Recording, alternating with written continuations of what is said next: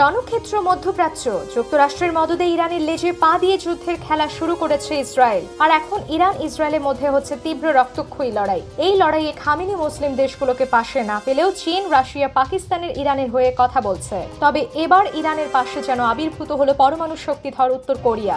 Netanyahu আর তার মিত্র ট্রাম্পকে হুঁশিয়ারি দিয়ে ছুড়ল 10টি মাল্টি লঞ্চার মিসাইল। কোন দিকে মোড় নিচ্ছে তাহলে যুদ্ধ?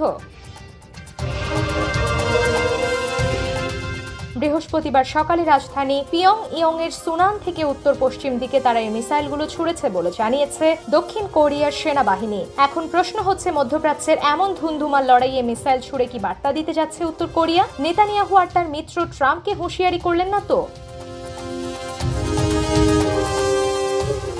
ইরান থেকে ছোড়া একের পর এক ক্ষেপণাস্ত্র ইসরায়েলিদের সেই ধারণার ভিত নড়বড়ে করে দিয়েছে। তার মধ্যে কিম জং উনের এমন ভয়াবহ আচরণে দেখে থমে গেল গোটা বিশ্ব।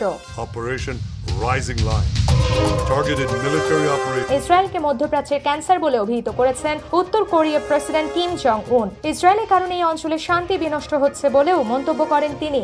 ইসরায়েল ইরান সংঘাত ইস্যুতে বৃহস্পতিবার উত্তর কোরিয়ার পররাষ্ট্র মন্ত্রণালয় এক বিবৃতি দিয়েছে। সেখানে ইসরায়েলের বিরুদ্ধে মানবতা বিরোধী অপরাধের অভিযোগ আনা হয়। উত্তর কোরিয়ার রাষ্ট্রীয় বার্তা সংস্থা KCNA এর এক প্রতিবেদন থেকে এই তথ্য জানা যায়।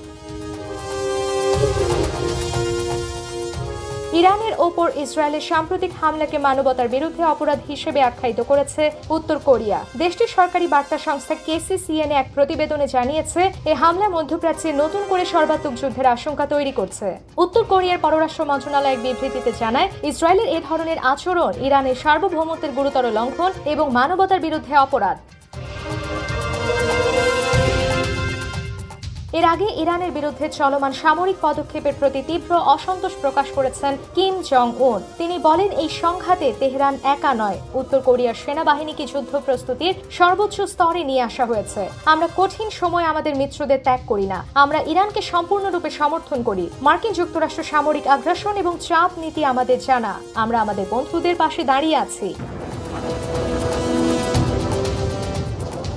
তিনি ইরানের পারমাণবিক ও সামরিক অবকাঠামোতে ইসরায়েলের বিমান হামলাকে বিশেষভাবে নিন্দা করেন। ইরানে ইসরায়েলের হামলায় মার্কিন প্রেসিডেন্ট ডোনাল্ড ট্রাম্পেরও কঠোর সমালোচনা করেছেন উন। তার মতে, ওয়াশিংটন কর্তৃক বাস্তবায়িত নীতিগুলো কেবল সহিংসতা বৃদ্ধি করে এবং কূটনীতির দরজা বন্ধ করে দেয়।